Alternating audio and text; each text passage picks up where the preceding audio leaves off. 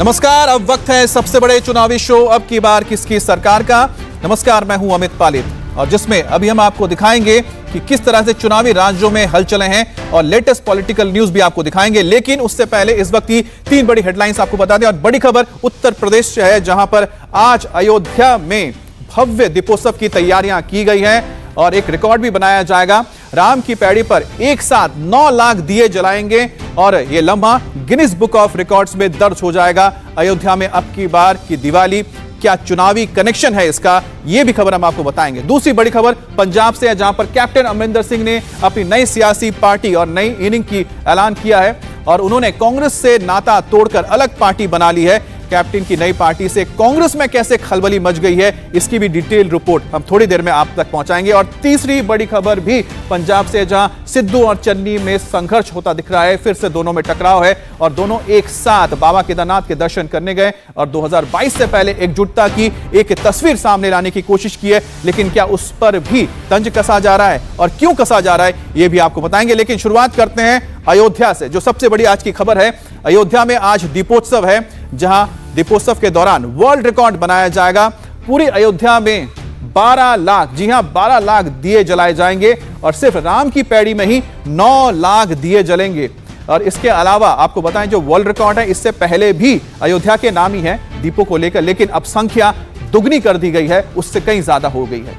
अयोध्या में अद्भुत और अलौकिक दीपोत्सव का आयोजन मुख्यमंत्री योगी आदित्यनाथ के जरिए किया जा रहा है। वो खुद यहां पर मौजूद रहेंगे। इसके अलावा आनंदीबेन पटेल जो गवर्नर हैं उत्तर प्रदेश की, वो भी यहां मौजूद रहेंगी। और सुबह 10 बजे से ही आपको बता दें कि यहां से शोभा यात्रा की शुरुआत हो चुकी है और राम की पैड़ी में आप देखिए कि किस तरह से सुंदर रंगोलियां बनाई गई हैं और साथ ही साथ दीपों को, जो यहां पर 9 लाख जो दिए जलाए जाएंगे, उसको अलग अलग रूप में सजाया जा रहा है। किसी को रंगोली के रूप में सजाया गया है, किसी में लिखा हुआ है दिवाली का जिक्र किया गया है और कहीं पर भगवान राम की आकृति बनाई गई है। तो इसी तरह से राम की पैड़ी पर आप देख सकते हैं कि किस तरह से भव्य तैयारियां की गई हैं।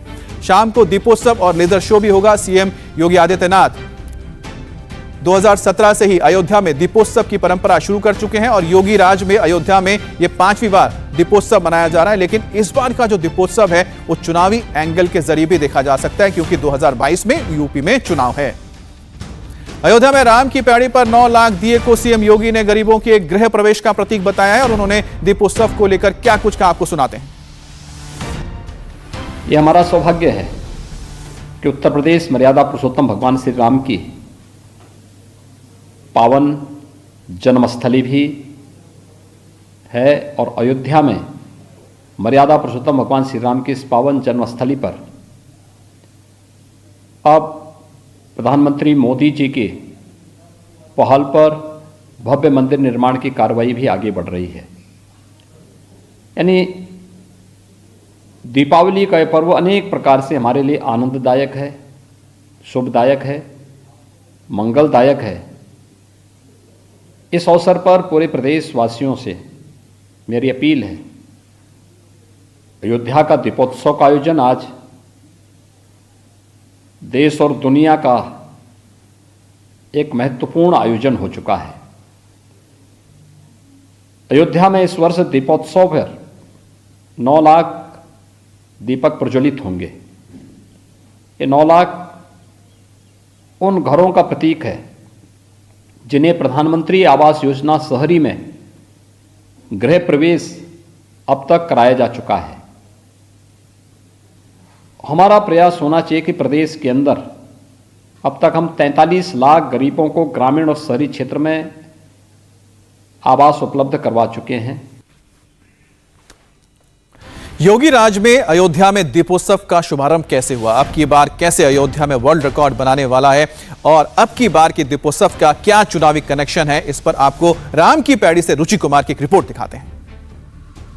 अयोध्या में दीपोत्सव मनाने की शुरुआत 2017 में हुई, जब यूपी में बीजेपी की बहुमत की सरकार बनी और योगी आदित्यनाथ मुख्यमंत्री बन गए। तब से यहाँ भव्य दीपोत्सव हर साल होने लगा। 2018 का जो दीपोत्सव था उसमें मुख्यमंत्री योगी आदित्यनाथ ने फैजाबाद का नाम बदलकर अयोध्या कर दिया। हर साल ये दीपोत्सव भव्य होता गया। इस बार इस राम की पैड़ी में 9 लाख दिए जलाकर वर्ल्ड रिकॉर्ड बनाने की तैयारी है और पूरे अयोध्या में 12 लाख दिए जलेंगे। राम मंदिर से लेकर जो बाकी मंदिर है, जो कुंड हैं, जो मठ हैं, भगवान राम से जुड़े जो स्थान हैं, सब जगह उस दिन रोशनी से जगमगाहट होगी। एक तरह से जैसे त्रेता युग में अयोध्या जब भगवान राम लौटे थे तब जगमगा रही थी, कुछ उसी तरह की जगमगाहट फिर दिखेगी। और इस बार दीपोत्सव के पहले जो फैज़ाबाद का रेलवे स्टेशन है उसका नाम बदल के अयोध्या कैंट रेलवे स्टेशन कर दिया गया है। अयोध्या में बहुत सारे काम भी मुख्यमंत्री योगी आदित्यनाथ सरकार ने किए हैं और क्योंकि 2017 में अयोध्या की जो 5 विधानसभा सीट हैं सभी सीटों पर बीजेपी जीते थी और ये पूर्वांचल का बहुत बड़ा गढ़ है अयोध्या। पूरे पूर्वांचल में यहाँ से आवाज़ जाती है। 156 सीटें हैं यूपी में पूर्वांचल में, जिनमें से 2017 में बीजेपी ने 118 अपने सहयोगी दलों के साथ जीत ली थी। तो इस बार भी बीजेपी ये परफॉर्मेंस दोहराना चाहती है और अयोध्या से बीजेपी को बहुत उम्मीद है कि इस बार के चुनाव में भी राम जी उसका बेड़ा पार जरूर कराएंगे। और इस वक्त की एक और बड़ी खबर आपको बता दें, जहां जेल में बंद माफिया और बाहुबली विधायक मुख्तार अंसारी से ओम प्रकाश राजभर की मुलाकात हुई है और इस पर सियासी बवाल भी मच गया है और बीजेपी ने अखिलेश यादव पर राजभर के जरिए पर्दे के पीछे से मुख्तार से साठगांठ का आरोप लगाया है। और बीजेपी का आरोप है कि अखिलेश अपनी इमेज बचाने के लिए मुख्तार की मदद लेने को तैयार है और राजभर का इस्तेमाल किया जा रहा है और इस पर राजभर का भी जवाब आया है। राजभर ने दावा किया कि मुख्तार से उनके पुराने रिश्ते हैं, वो योगी सरकार में मंत्री थे तब भी मुख्तार से वो मिलते थे। तो ये जो मुलाकात हुई है अब इस पर सवाल उठ रहे हैं। राजभर जी, आपने मुलाकात की, भारतीय जनता पार्टी सवाल उठा रही है कि माफियाओं से आप जा रहे हैं, मुलाकात कर रहे हैं, क्या कहना चाहेंगे आप? देखिए, मैं भारतीय जनता पार्टी की सरकार में सम्मिलित था, मिनिस्टर था, तब भी मैं आगरा जाके मिला मिनिस्टर की हैसियत से। मैं जाके मिला बादा, मैं जाकर के उनसे रोपण में भी मिला। तब तो बीजेपी ने सवाल नहीं उठाया कि हमारा मिनिस्टर क्यों जा रहा है वहां मिलने। हमारा उनका संबंध है, राजनीतिक संबंध है, भाईचारे का संबंध है। 19 साल से हमारा उनका राजनीतिक संबंध है, तो हम मिलते रहते हैं उसी में। चूंकि इधर सरकार ने अंकुश लगाया था, मिलने की अनुमति नहीं दे रही थी, तो इधर सरकार ने नियम बनाया कि मुख्तार अंसारी से 2 आदमी मिल सकते हैं हफ्ते में। उसी कड़ी में मैं भी गया, हम और उनके बेटे अब्बास गए, दोनों लोगों ने आवेदन किया, नियमावली के तहत हम लोगों को अनुमति मिली, मिले, बात किए, बात करके हम लोग आए। और आते समय जिस तरह का सरकार ने मेरे साथ सलूक किया, ऐसे साफ जाहिर होता है कि 27 अक्टूबर मऊ की रैली से इस सरकार की हताशा और निराशा झलक रही है। अब ये ओम प्रकाश राजभर की भी हत्या करा सकती है, इस मुकाम तक सरकार जा सकी है। मैं एक राष्ट्रीय अध्यक्ष हूं, एक मिनिस्टर हूं, वर्तमान एमएलए। सिंगल मेरी 2 गाड़ियों की चेकिंग क्यों? इसके पहले और गाड़ियों की चेकिंग होती रहती तो मैं मान लेता। जो मेरी गाड़ी पहुंच रही है उसके तुरंत सामने देख रहा हूं तो बैरियर खींच करके लगा करके और खबरदार तुम चेक करो गाड़ी क्या दिक्कत है।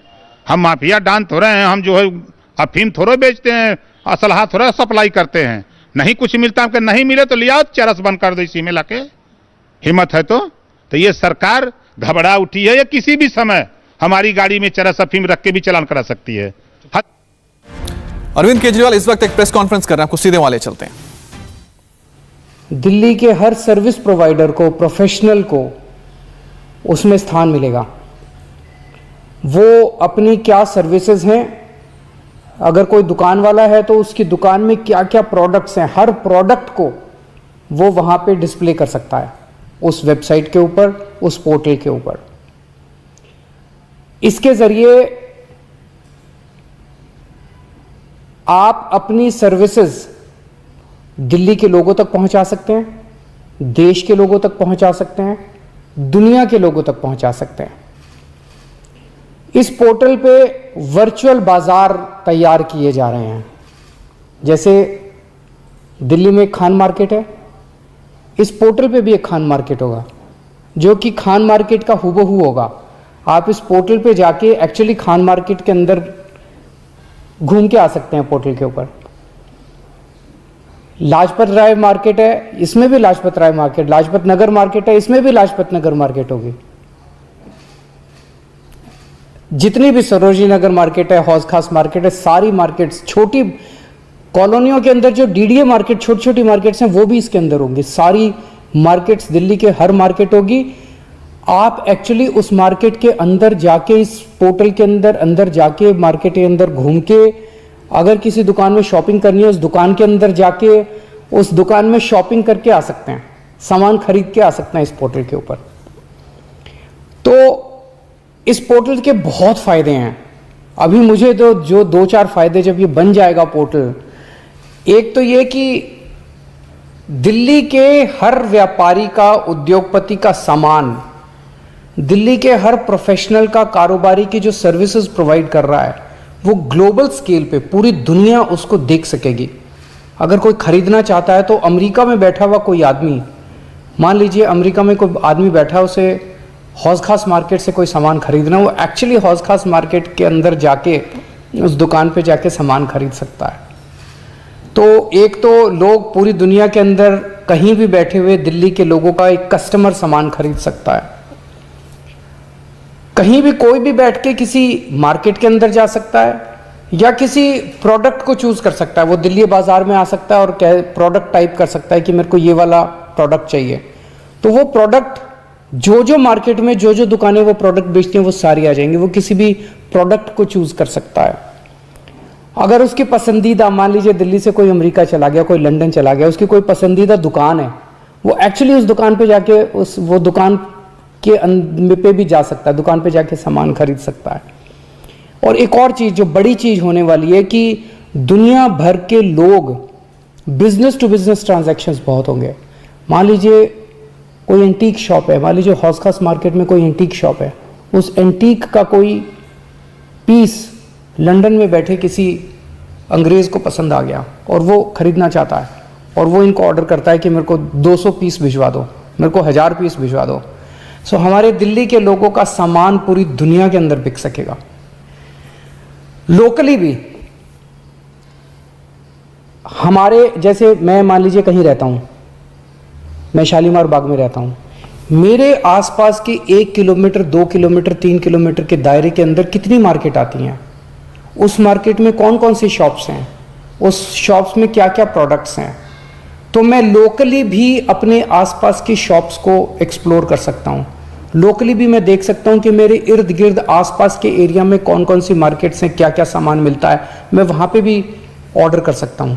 तो लोकल दुकान वाले जो हैं उनका भी सामान खूब बिकना चालू होगा। आप इसमें मार्केट में जाके किसी भी दुकान में घुस के सामान ले सकते हैं। आप प्रोडक्ट टाइप कर सकते हैं, कोई भी प्रोडक्ट टाइप कीजिए कि मेरे को फलाना प्रोडक्ट लेना है, उस प्रोडक्ट को बेचने वाली जितनी दुकानें हैं दिल्ली की, वो सारी दुकानें आ जाएगी। आप उन दुकानों में जाके सामान खरीद सकते हैं। या आप दुकान, कोई पर्टिकुलर दुकान से सामान खरीदना चाहे तो उस दुकान को टाइप करके और उस दुकान में सीधे। और आपको सीए ले चलते हैं इस वक्त उस प्रेस कॉन्फ्रेंस में जहां पर सीएम योगी आदित्यनाथ एक संबोधित कर रहे हैं लोगों को। आज दुनिया के अंदर 21 जून की तिथि विश्व योग दिवस के रूप में मनाया जा रहा है। 200 से अधिक देश अब इस आयोजन के साथ सहभागी बनते हैं। इसी प्रकार से प्रयागराज कुंभ के आयोजन को वैश्विक मान्यता जिस रूप में प्राप्त हुई है, इसको हर व्यक्ति इससे विज्ञ है। इस सदी की सबसे बड़ी महामारी के दौरान आयुष को जो मान्यता दुनिया में मिली, खासतौर पर आयुर्वेद को, ये भारत की परंपरागत आरोग्यता की पेथी है, वह भी प्रधानमंत्री मोदी जी के प्रयास से, उनके अनुकंपा से। और हम सब के लिए प्रसन्नता का क्षण है कि दुनिया के सबसे प्राचीन नगरी, हमारी सांस्कृतिक नगरी के रूप में विख्यात आध्यात्मिक नगरी काशी से 100 वर्ष पहले मां अन्नपूर्णा की एक मूर्ति कनाडा चली गई थी। काशी में बाबा विश्वनाथ का पावन धाम है और बाबा विश्वनाथ मंदिर और मां अन्नपूर्णा का परस्पर संवाद इस प्रकार का है। कहते हैं बाबा विश्वनाथ जी को अन्न ग्रहण करवाने का काम मां अन्नपूर्णा करती है और इसके कारण काशी विश्वनाथ धाम में और वहां पर आने वाले हर एक श्रद्धालु वहां पर इस प्रकार का प्रसाद भी ग्रहण करता है। लेकिन 100 वर्ष पहले काशी से अन्नपूर्णा, मां अन्नपूर्णा की ये मूर्ति चोरी हुई थी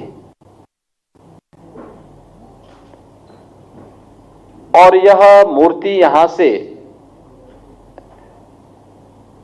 अलग अलग हाथों में पहुंचते पहुंचते अंततः कनाडा के एक विश्वविद्यालय में पहुंची। कनाडा के उस विश्वविद्यालय से वह मूर्ति भारत सरकार को प्राप्त हो चुकी है और अब प्रधानमंत्री मोदी जी की अनुकंपा से उत्तर प्रदेश शासन को यह मूर्ति प्राप्त हो रही है। भारत की विरासत के प्रति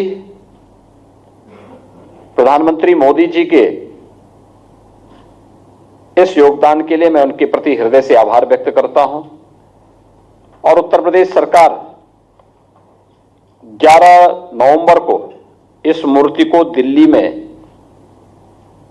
प्राप्त करेगी। उत्तर प्रदेश शासन के मंत्रीगण इस अवसर पर वहां उपस्थित होंगे। 11 नवंबर की तिथि गोपाष्टमी की तिथि भी है, तो स्वाभाविक रूप से गोपाष्टमी में मां अन्नपूर्णा की मूर्ति को प्राप्त करना यह सौभाग्य का विषय है। 11 नवंबर को उस मूर्ति को हम लोग वहां से एक शोभा यात्रा के माध्यम से उत्तर प्रदेश में लेकर के आएंगे, जो दिल्ली से गाजियाबाद, गौतम बुद्ध नगर, बुलंदशहर, अलीगढ़, हाथरस होते हुए पहला रात्रि विश्राम कासगंज के सोकर क्षेत्र यानी सोरो तीर्थ स्थल पर होगा।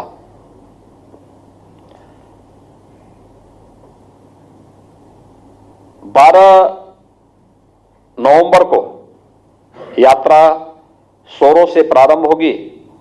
एटा, मैनपुरी, कन्नौज, कानपुर नगर में आकर के विश्राम करेगी और वहां पर तपेश्वरी देवी मंदिर पटकापुर में इस मूर्ति को रखा जाएगा। 13 नवंबर को कानपुर नगर से चल करके उन्नाव, लखनऊ, बाराबंकी, अयोध्या श्री राम जन्मभूमि में यह मूर्ति आएगी। रात्रि विश्राम अयोध्या में रहेगा और 14 नवंबर को अयोध्या, सुल्तानपुर, प्रतापगढ़, जौनपुर, वाराणसी यानी काशी विश्वनाथ मंदिर में चौथे दिन मूर्ति पहुंचेगी।